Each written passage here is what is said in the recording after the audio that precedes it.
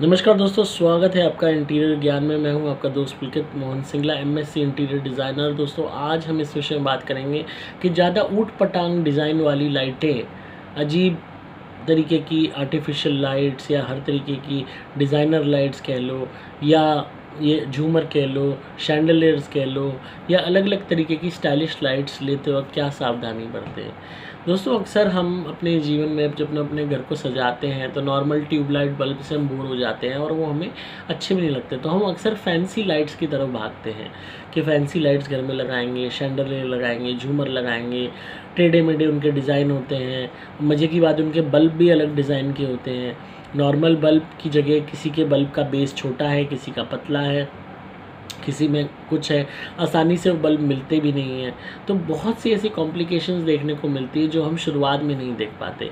शुरुआत में हमें लाइट दिख रही होती है शोरूम में साफ़-सुथरी, बड़ी सुंदर लग रही होती है फैंसी लाइट। जब हम उसे घर ले आते हैं और जीवन में जब उसको यूज़ करना शुरू करते हैं तो कई चीज़ों का सामना करना पड़ता है। पहली बात, उसके अंदर वो रोशनी नहीं होती जो आपको एक नॉर्मल ट्यूबलाइट और बल्ब में मिलती है।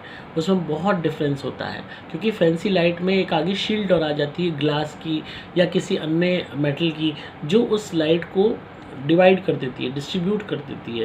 पूरी तरीके से आपके ऊपर उस लाइट का प्रभाव नहीं पड़ पाता। तो कहीं न कहीं जो अगर आपके रूम में सिर्फ 2 ट्यूबलाइट का पॉइंट है और वो 2 ट्यूबलाइट सफिशिएंट लाइट आपके कमरे में दे रही हैं, उसके बदले में अगर आप 2 फैंसी लाइट लगा लेते हो ट्यूबलाइट को निकाल के, तो आपको वही कमरा डल लगने लगेगा। ख़ासकर अगर लाइट उसमें कम आ रही है या शीशे के माध्यम से जो फैंसी लाइट में लगा हुआ है, या मेटल के माध्यम से, या उसके डिज़ाइन के कारण वो लाइट बट रही है या कट रही है। तो हमेशा इस बात का ध्यान रखें कि कोई भी आप ट्यूबलाइट है, उसका मुकाबला कोई भी फैंसी लाइट नहीं कर पाएगी। कहीं न कहीं उसके अंदर आपको लाइट कम होती दिखाई ज़रूर देगी। इसके अलावा जो ये फैंसी लाइट्स होती हैं, इनकी सफाई बहुत मुश्किल होती है। आपको स्पेशली ऊपर चढ़ के ध्यान से इनके कांच वगैरह को, इनके पुर्ज़ों को खोल के इनको क्लीन करना होता है और वापस उसी तरीके से कसना होता है।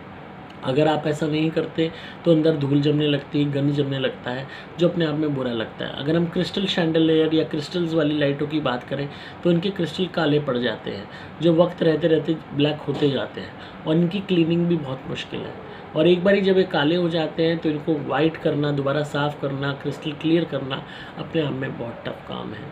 इसके अलावा ये लाइटें टूट भी जाती हैं अगर कोई ख़राब इलेक्ट्रीशियन या अनपढ़ इलेक्ट्रीशियन या ऐसे इलेक्ट्रीशियन जिसको लाइट की समझ नहीं है, अनपढ़ इन द सेंस इलेक्ट्रिसिटी का ज्ञान, not in the basic education sense में मैं नहीं कह रहा हूँ, पर उसकी फील्ड से रिलेटेड अगर उसको ज्ञान इतना नहीं है और वो इलेक्ट्रीशियन बन के आपके यहाँ आ गया है, और तो वो उस लाइट को तोड़ भी सकता है, ख़राब भी कर सकता है, और हो सकता है उससे दोबारा वो लगे भी ना।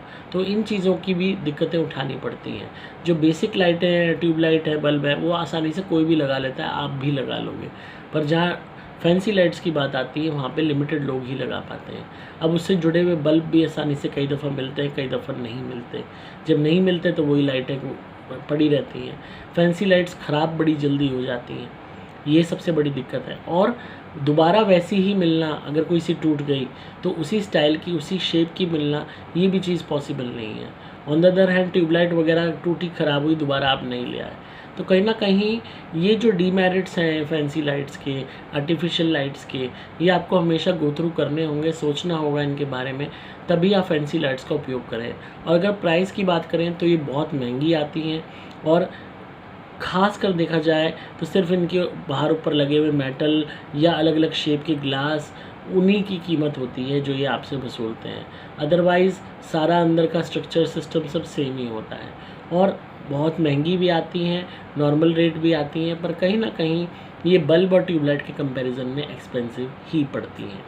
तो अगर आप कोई भी फैंसी लाइट लगाने जा रहे हैं तो पहले इन पॉइंट्स को गो थ्रू कर लीजिए, सोच लीजिए कि क्या आप ये सब बेयर कर सकते हैं, तो ही आप fancy lights, artificial lights, crystal lights की तरफ आकर्षित होकर उन्हें अपने घर में लगाइए।